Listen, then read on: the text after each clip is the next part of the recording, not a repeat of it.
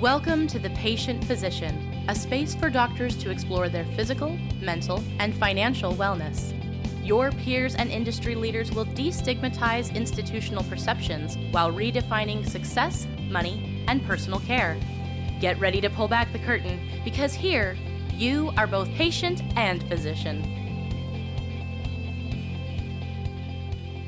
Welcome to The Patient Physician, live from the 2025 ACGME Conference in Nashville, Tennessee. I'm Paul Smith, joined by my co-host, Chris Fulbright. Hello, and our Paul. special guest, Jennifer Wiggins, the CEO and founder of Aegis Malpractice Solutions. Welcome to the show. Thanks for having me. Excited to be here. Thanks for wandering over from your booth. Yeah, 2 doors down. It was a really far walk. I know. Did you get cold on the way down here? It's been a little chilly in here all day. Should have brought your jacket. Yeah, I'm from Indiana, so I'm used to it. Oh. This is actually slightly warmer than where I am from. Seriously, so- it's like it's like teens out here. Just our Texas Isn't it? weenies. It's like went 15, 20 we degrees went out from here? 5 degrees to 15 degrees, so I felt like so it's break out with a balmy. short sleeve shirt. Balmy Yeah, for you. get Yeah. the You were the suntan person in the lotion pool out. yesterday. That That's makes right. a lot of sense. That's right. Yeah. We have known you a couple of years now from seeing you at the conferences, and we thought it would be fun to have you come over and talk to our audience a little bit about malpractice, because of all the different things that they can come and learn about at the conferences, even through day-to-day life. This is just one of those things that, albeit doesn't sound super exciting, but it sits on the other end of the scale as being super important. Yeah. I think that's ACGME is all about training. Correct. And whether it be education, residents, fellows, they're going through this. They're learning about medicine. That's They're right. learning about things, whether it be AI, things we were talking about earlier. But malpractice, they're not taught. That's right. And so some of these people are coming out, and we kind of laugh a little bit, right? They may be late 20s, early 30s. They're figuring out how to adult. And then all of a sudden it's like, hey, what happens if? Mm-hmm. So why did you start this firm? First of all, tell us how you came up with the name Okay. so we can get that correct and Yeah. make sure we're pronouncing it correctly. But then tell us, how you work in this industry and who you help. Sure. Yeah, I'd love to. So the name of the agency is Aegis Malpractice Solutions. Aegis. So no one can pronounce it correctly. In hindsight, probably should have picked a different name, but I did have a method to the madness back in the day.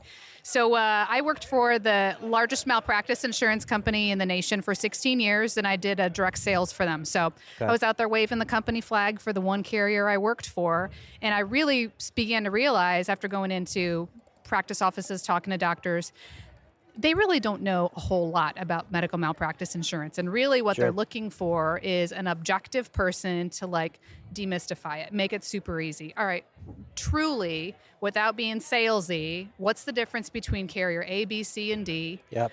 And price is important, but we're also talking about the one insurance policy that protects your name, your Yep. reputation, and of course your assets. So we don't want to screw this up. We want to make sure we've got quality coverage, but we certainly don't want to overpay because it can be one of the largest expenses for a practice. Yep. So I really felt like I was being called to be more of that consultant where I could come in and truly help make it super duper easy without being partial to any one carrier, but to come in as an independent agent or a broker and say, all right, here's quotes from all of them. Let's talk about the difference between this one and that one. And based on your specific practice situation, which one might be the right fit for you. So I left in 2018, started Aegis Malpractice Solutions. And so that's what we do. And I love it. It's super fulfilling and we're crazy busy every day, but we're doing what I feel like is of most benefit to the healthcare community right now. And so the name Aegis was funny. We were trying to figure out what we're going to call ourselves. And I thought, all right, I want a name that means, advocacy and protection, and began to do a bunch of research. And then I'm like, I really should probably start with an A, because whenever we go to these conferences and stuff, it'll have the exhibitors and they're always alphabetized, right? Yeah. So I'm like, if we could start with an A, that'd be great, because then we'd be at the top of the list. And so I found Aegis, which is a Greek word, and it was basically the shield of Zeus. It was kind of like the symbol of ultimate protection Oh, in wow. ancient Greece. Yeah. The word Aegis is often used in foster care cases too, where a child is under the aegis of a foster parent. And so that kind of was our A, the shield logo, and the name Aegis. So no one can pronounce it, but that was kind of the reason for the name to begin with. So yeah, so that's what we do, is kind of now serve as that broker. And I call us a boutique insurance agency because we just do medical malpractice. That's all we do. Yeah. So we don't really dabble in any other lines. It's just kind of our bread and butter, and we know it really, really well. So we're able to truly come in and help help it make sense, when this is not something that they're taught in residency and fellowship. Also why we're here, because they just don't get that education otherwise. So we're here to make sure that we can provide services for programs that want to bring us in and help their students feel a little more clarity as they get ready to start practice. So this is a transitory group, right, as we know. So does your coverage, is it nationwide as they move, go different in training, move fellowships?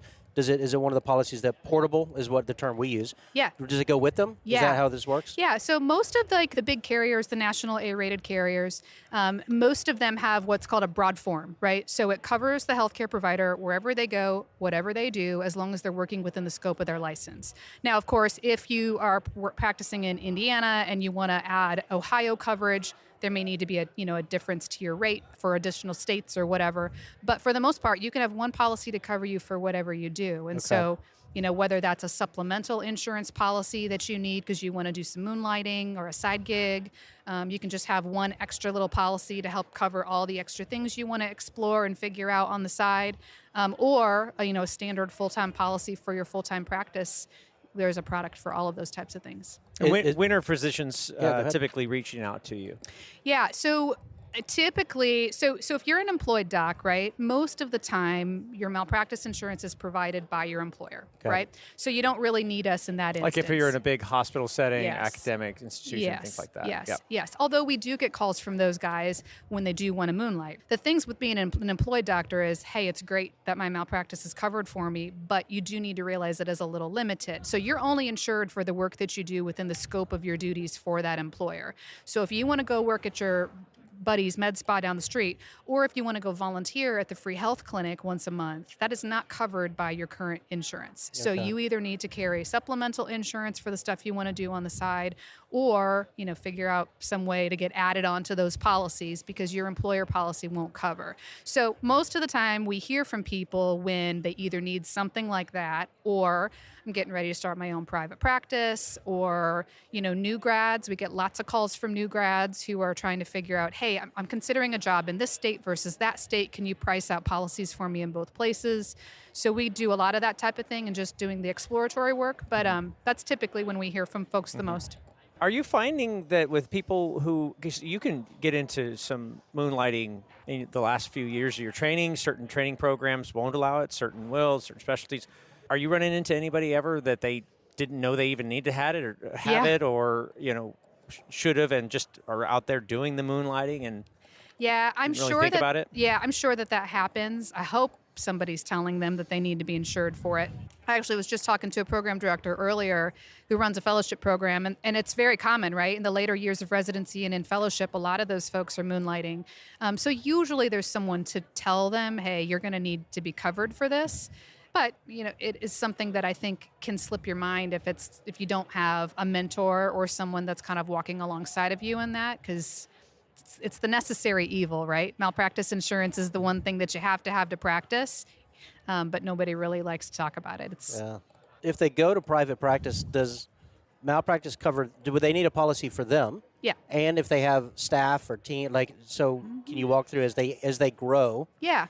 Do you layer them? How would that look? Yeah. So let's just take an example. Let's say we've got a plastic surgeon who just finished fellowship and they're going to launch their own cosmetic surgery practice, right? So physicians and surgeons always need to be individually insured. So every doctor has to carry their own individual malpractice policy. Now, you can be grouped together. So if you've got a partner, right, you can get one policy as a group, and typically it's a little bit cheaper if we do a group versus, two standalones. But you for sure want your individual physicians or surgeons insured. Then you want your practice insured. So if I'm John Smith, MD, and the name of my practice is Smith Cosmetic Surgery, I also need Smith Cosmetic Surgery to be covered for medical malpractice. Why? Because they have vicarious liability for anybody doing work on behalf of Smith Cosmetic Surgery. So whether that's the secretary, the office manager, the lady answering the phone, the esthetician you've got doing your Botox, the medical assistant you have doing your preliminary medical exams, all of those providers are covered underneath your corporate malpractice policy because the corp is vicariously responsibility for the acts of its employees. If you end up hiring an advanced practitioner, like a physician assistant or a nurse practitioner, they would also need to be insured.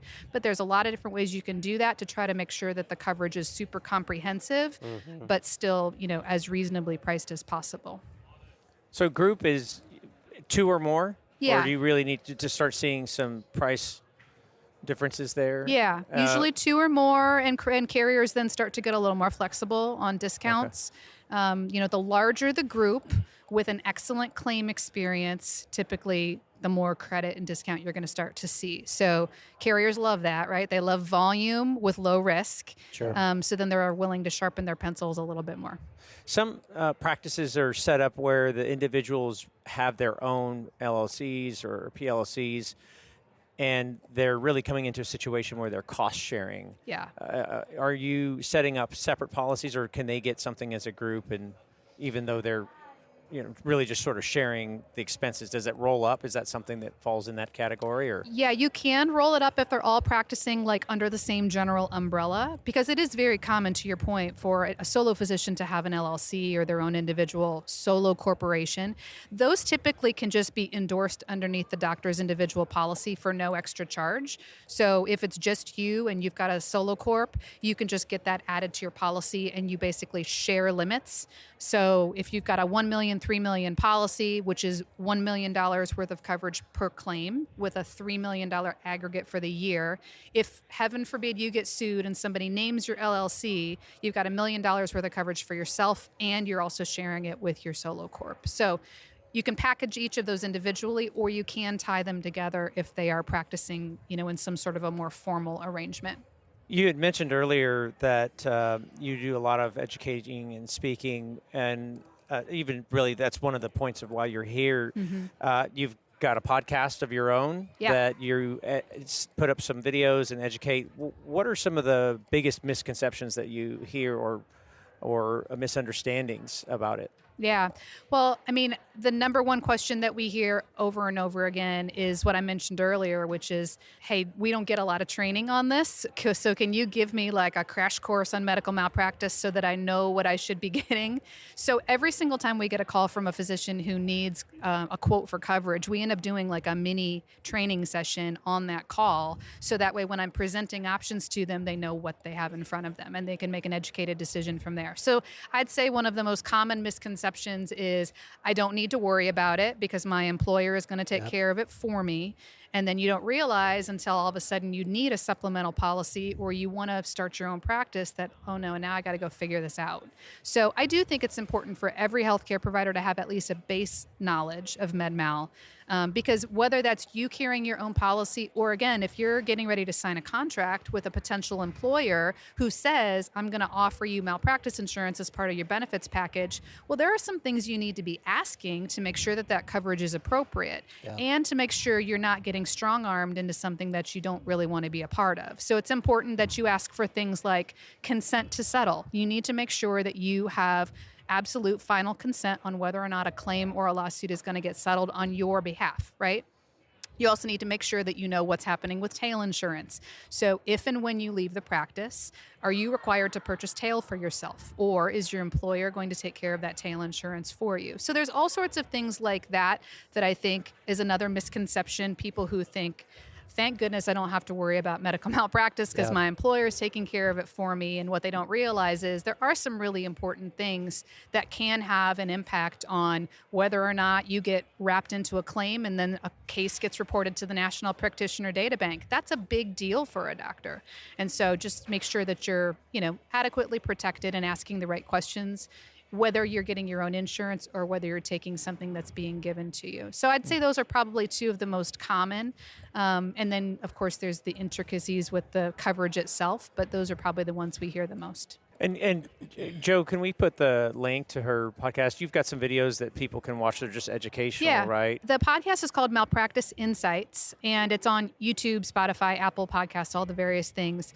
But what's funny is that was kind of the inception prior to us starting to come to conferences like ACGME, because, again, we just kept hearing the same thing over and over, which was we never got taught this stuff in training. So they're 10-minute episodes. They're short but sweet, but they're on very niche, small aspects of medical malpractice to make it bite-sized and easier to understand. So we talk about stuff like, what's the difference between occurrence and claims made malpractice coverage? What is tail insurance? Do I really need it? I thought I had a 2-year statute of limitations where I lived. Why do I really need to buy an unlimited tail? All sorts of things like that. How much coverage should I carry? How much is too much? How much is not enough? Those types of things that I think is important for every healthcare provider to have a base knowledge of. And so the podcast is just a resource for people to be able to self-educate. And it's, of course, creates leads for us because people call us then to get help with coverage. But it's been really fulfilling for us to be able to kind of fill that need in the market. And then again, offering the services that we do here at ACGME is just kind of an extension of that podcast in a much more robust way. We spend quite a bit of time in lectures and educating specifically on disability insurance, and it sounds very similar where a physician is going to come out, they're going to look for coverage, and if they're going into a private practice, oftentimes they won't have that offer, and there are very, very specific things that they have to learn about in terms of the language and how that contract protects them and different various options. One of the things is that it will vary in terms of cost of what employer, what state, but also what specialty. I assume that specialty is going to play some role here in terms of what their cost might be. Oh, for sure. There's a couple of main drivers of what affects a physician's rate for medical malpractice. And those things are certainly specialty, right? So an OBGYN, a neurosurgeon is going to pay way more money than an allergist or a dermatologist, right? So number one is their specialty. Are they going to need to have more coverage by specialty, by the way? Yeah, you can. Okay. In fact, what's interesting is what we're seeing is carriers are starting to wisen up to where a lot of the bulk of the risk lies. So for example, a lot of carriers are now for OBGYNs, they're offering dual limits. So a limit for mother and a limit for baby. So in the event that there's a birth issue or whatever, there's a limit to protect mom, there's a limit to protect the infant. And so we're really seeing some kind of cool things in the development of MedMal that are specialty specific. But yes, if you're a surgeon, right, you want to make sure you probably carry a slightly higher limit. But again, it's a double-edged sword because you don't want to be overinsured. You want to be really careful that you're appropriately insured, but you're also not putting a target on your back so that a plaintiff attorney in discovery doesn't find out you're carrying a $5 million policy limit because all of a sudden your case is now worth $5 million. Starting at 5, yeah. Yeah. So how, one of the things that, our firm does along with this stuff is help people talk about estate planning and different things.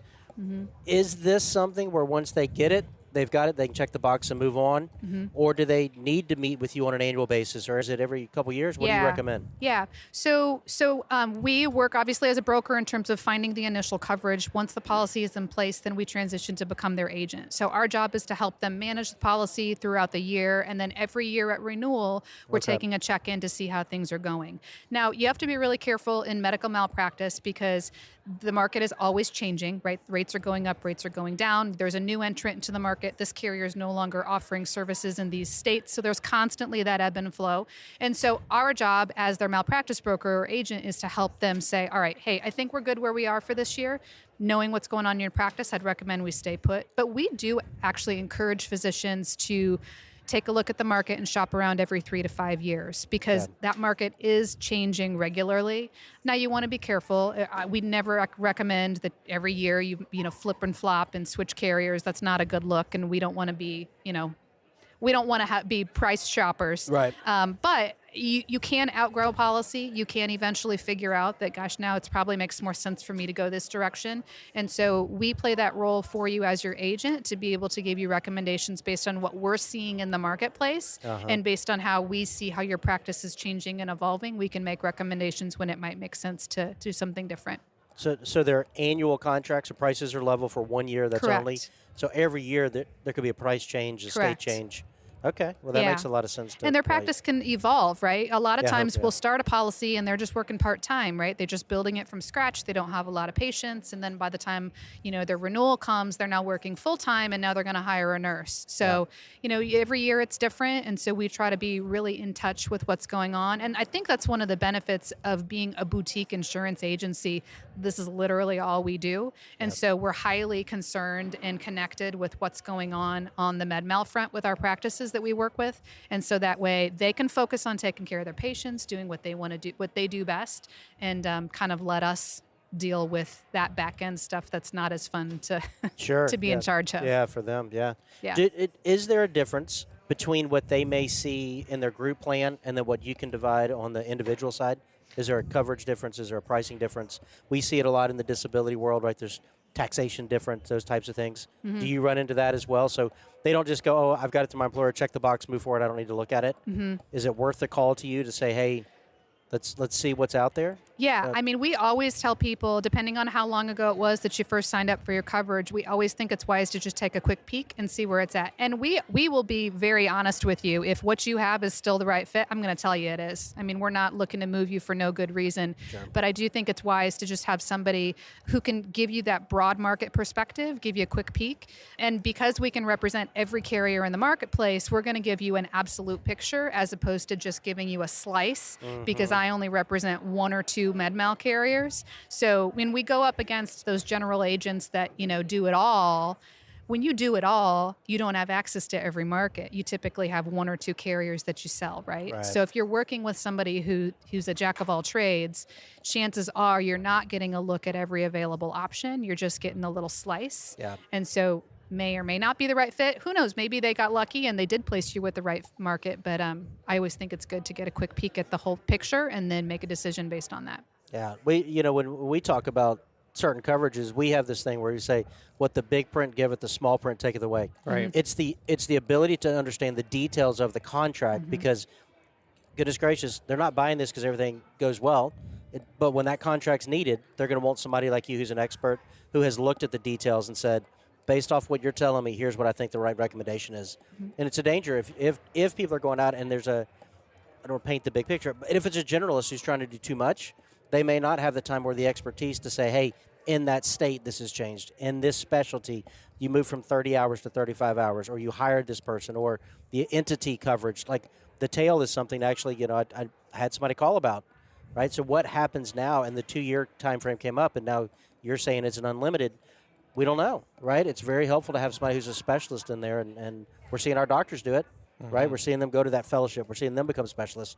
Why not hire specialists to help them in this? Yeah. That's what we see ourselves in the same way, right? You have a problem with your knee, you go to an orthopedics, physician. If you have a issue with XYZ, you go to that particular specialty. So I do think that there's a benefit to that, in really having somebody that can be that deep knowledge base for you. Again, so you don't have to worry about it because they don't have time. And we can give you a little bit of med-mal knowledge, but I don't expect you to be a med-mal expert by any means. Right. So let us handle that piece of it for you, and you can do what you do best. Absolutely. This concept of having too much coverage is still intriguing to me. When you said earlier, I can have too much, and now go from being covered to being a target.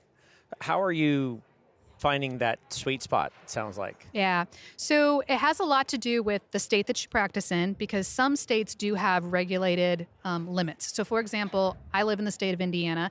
We have a malpractice cap in Indiana. So in the state of Indiana, most physicians only need to carry $500,000 per claim, $1.5 million aggregate, because you pay a surcharge in addition to your premium to enroll you in the state compensation fund.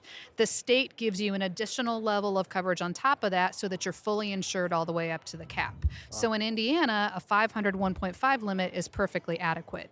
In a different state, that's not the case. So it has to do with the state that you're practicing in, what the rules and regulations are in that particular area, but it also has to do with the average claim payouts for your specialty and for that particular area. So I mentioned earlier, specialty is one of the biggest drivers of price. Right. The second biggest driver is the location. So a doctor in Miami, Florida is paying a significantly higher rate than a doctor in Nowheresville, North Dakota, right? So based on the practice location, your rate is going to be significantly higher or lower, and therefore you probably need to make sure your limits reflect the risk of the area that you're practicing in. So you don't want to be overinsured for sure, you don't want to be underinsured, and so it's that sweet spot of finding out based on my location, my specialty, and the average claim payout in my area, what's an appropriate limit for me to be carrying.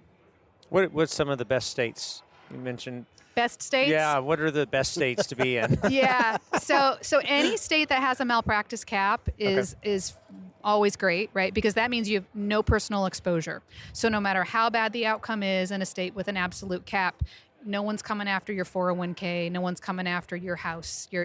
So you're fully protected. So those are always the best states first. So you have states that have those patient compensation funds, not necessarily caps, but they have funds. So like Indiana is one of them, Wisconsin, Kansas, Pennsylvania. Texas actually has recently passed some tort reform, so Texas is one of the better states these days.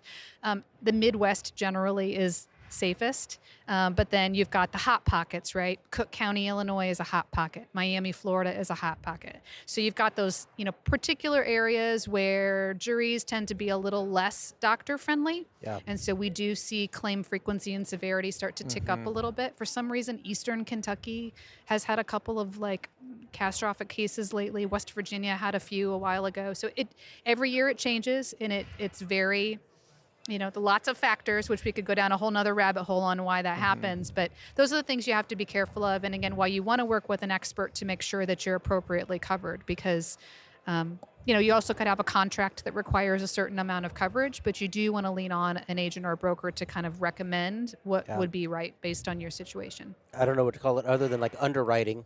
What would they need to qualify for this coverage? Is it no claims within a period of time, or is it a certain income, or especially what would they need to provide for you to find out coverage? Yeah. Do they qualify? So basically everybody is insurable for a price, right? So you apply for coverage. You guys are in insurance. You know how it goes. It's always a price. Yeah. That's the title of this podcast, actually. If you want to be in the standard market and you want to have the most competitive rate possible, then ideally you want to be, you want to have a clean malpractice claim history, meaning you haven't had any major losses against you. And again, the two kickers that we're looking at are frequency and severity. So the underwriters are looking at not have you ever been sued ever, because let's be honest, everyone's going to get sued at least once in their career. So it's not like if you've got a claim against you, you're now, X'd out. You're not. That does not sound like a statistic to look forward to. That is not. That's Nowheresville, North Dakota. That's where that's coming. At. Yeah. Yeah.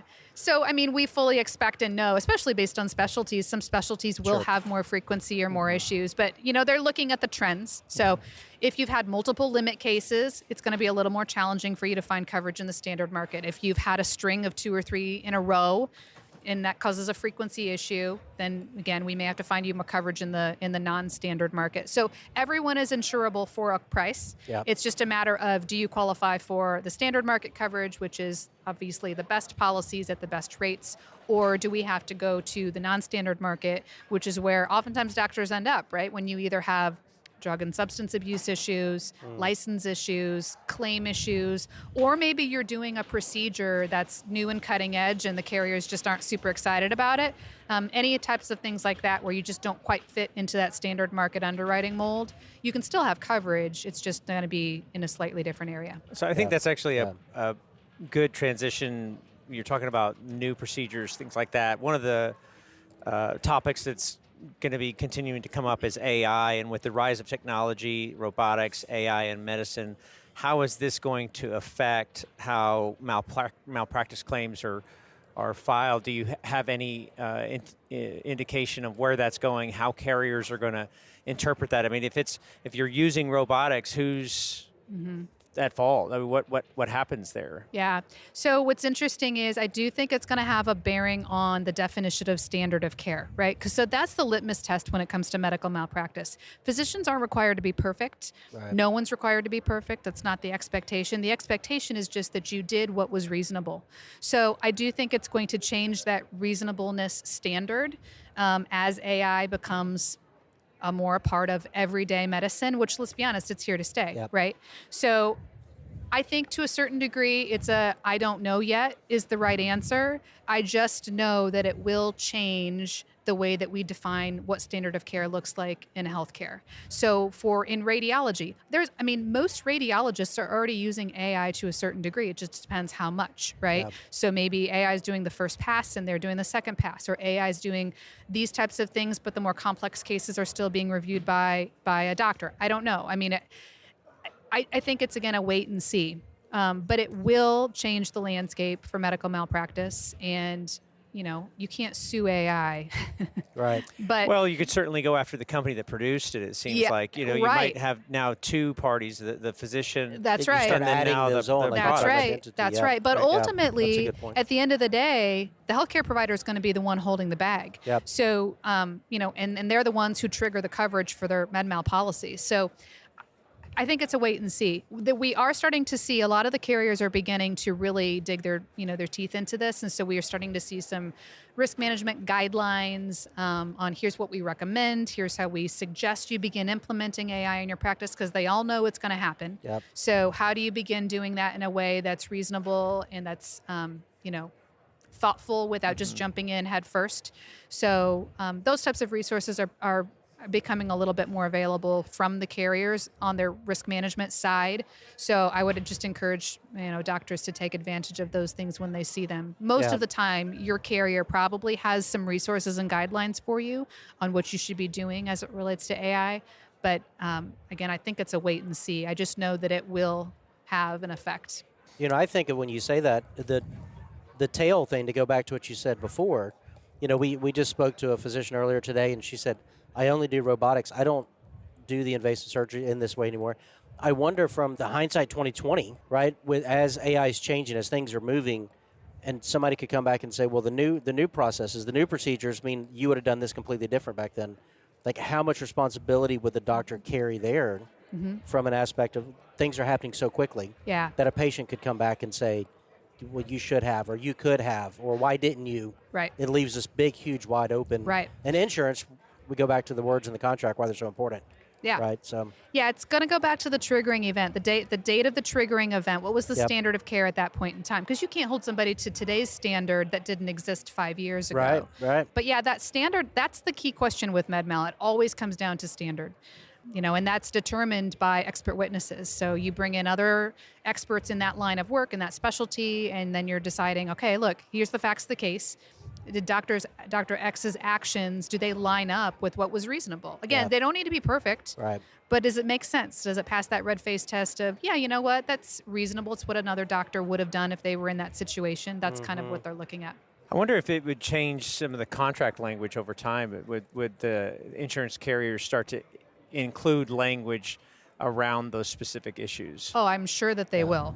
Yeah. I mean, carriers are due rate filings every single month, and it can be they're changing a comma to a period. I mean, anything like that, if you're a regulated insurance company and you're an admitted market, you have to file with the Department of Insurance. So any change like that has to be filed, and I certainly think that they will begin to fine-tune the language of their policies to address whatever those concerns are, whether it's AI or any other up-and-coming trend in healthcare. They will probably start to find ways to, limit their liability as much as possible, but make it very clear so that the provider knows what they're covered for and what they're not covered for.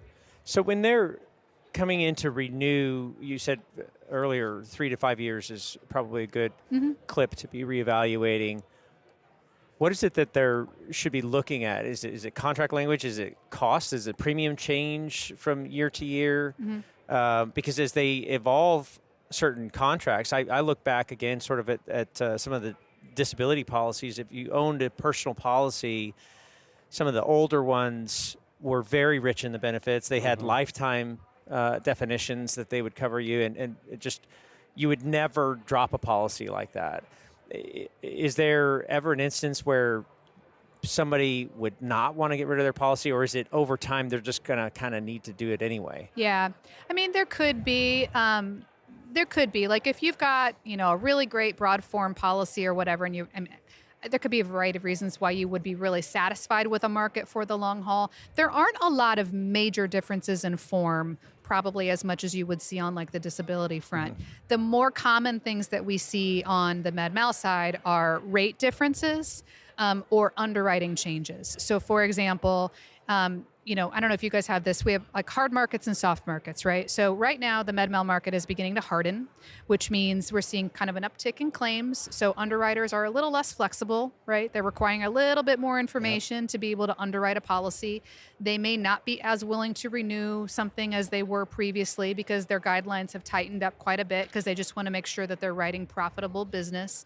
And so when that type of stuff happens, That's another reason why when we go to market, it might be like, you know what, this one carrier is really beginning to shy away from X, Y, and Z, which you're beginning to do more of. So it might make sense for us to start exploring other options so that we can make sure you've got a better fit for your practice over the long haul. So price changes happen every single year. Underwriting changes as the market ebbs and flows are the other things that we often see.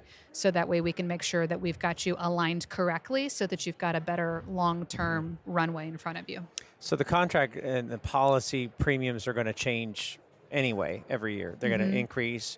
And can the carrier, do they have non-cancelable language in there if they just wanted to keep paying the premium and keep that policy? Nope. Or the carrier can cancel them, so it's more fluid than that?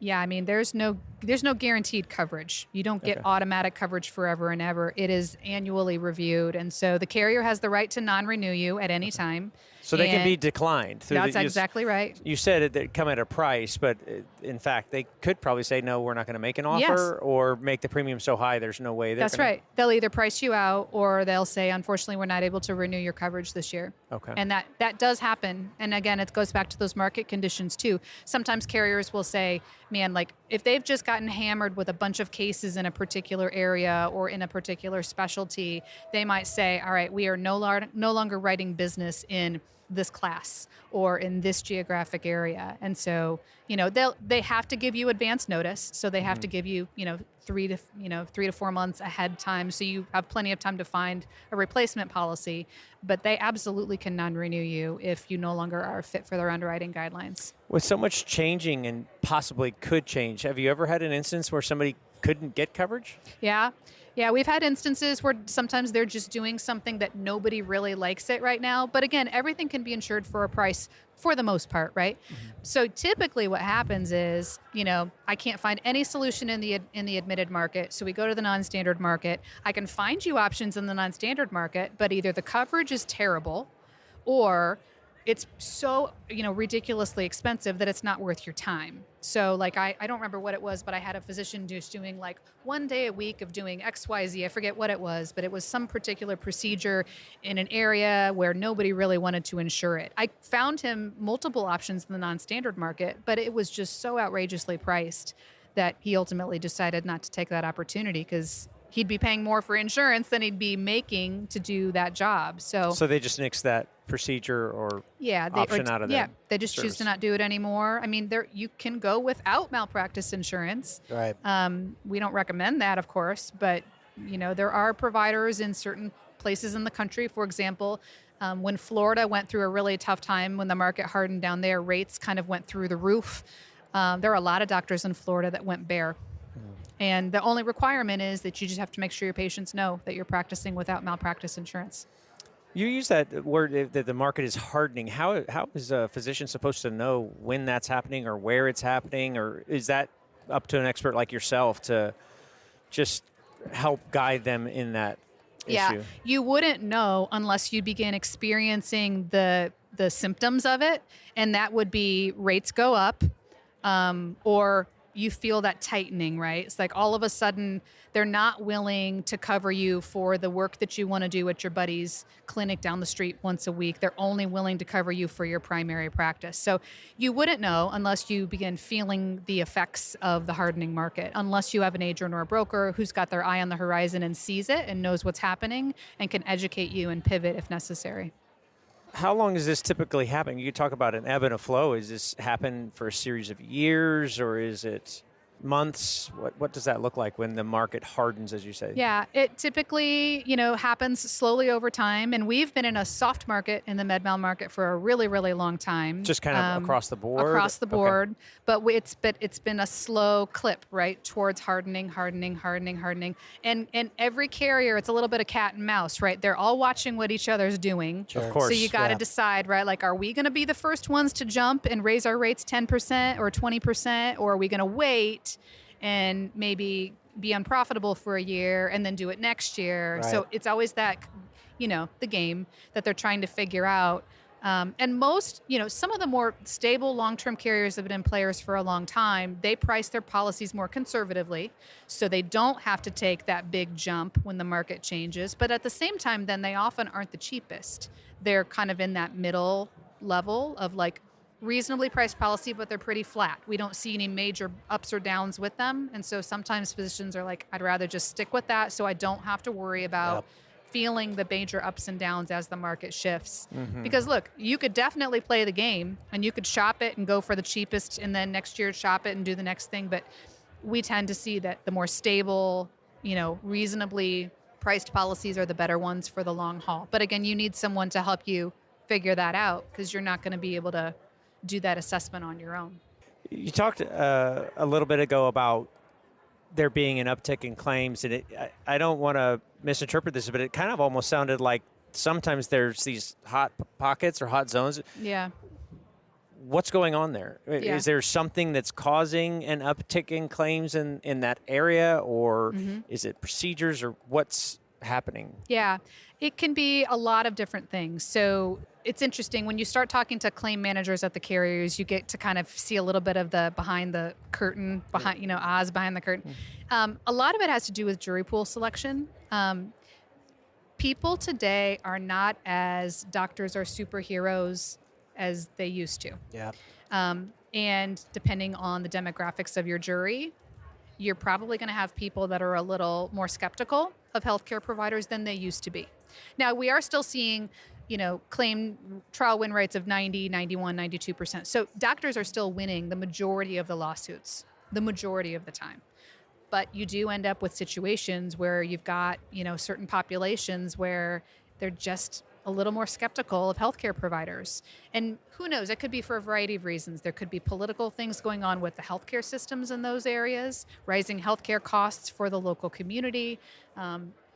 Unfortunately, metropolitan areas tend to be higher priced than rural areas, right? So those areas, they also have a population issue where there's just more people there. So the chances of you having more lawsuits there just makes sense because there's more people, there's more providers, there's more procedures being rendered in that particular area. So it could be for a lot of different things, but it's also specialty based, and it's hard to tell what the main driver is, but sometimes it's also just uncontrollable. You've got issues where you've got a major catastrophic loss because a health system failed in something, and so there's a $10 million lawsuit against ABC University Health System, and that can be a major driver. And then all of a sudden, now everybody's kind of looking around like, wait a minute, Dr. So-and-so, made a mistake last week, and sometimes it claims beget claims. Yeah, they start feeding themselves. Yeah, they become, And you've got plaintiff attorneys that see blood in the water, and they see the same statistics, headlines. Yeah. Sharks. Is that what we call them? Nope. No. I don't. No. I don't. Nope. I did not. I didn't say that. I was just asking you. That's what we were.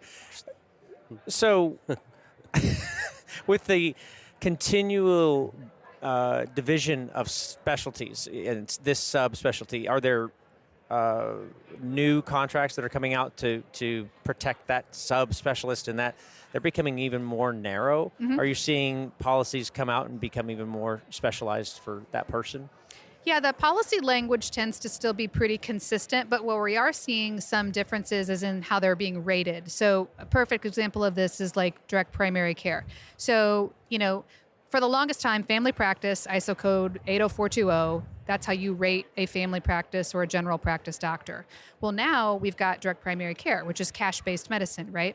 And DPC, in my opinion, is actually a better risk than standard primary care for several reasons. Number one, they are spending more time per patient. They don't have the pressure that a lot of the primary care general practitioners tend to do. So what we are starting to see is the nuances of classification. So, family practice might be rated this way with this one carrier, but this other carrier has a special classification for direct primary care, and it's cheaper. Yeah. And it's because they're able to differentiate that the risk experience with this particular population of doctors is different than this particular population of doctors. So that's where we're seeing the differentiation. The policy language itself doesn't really change because it's fairly broad, but the rating can start to be really specific based on the risk of the provider.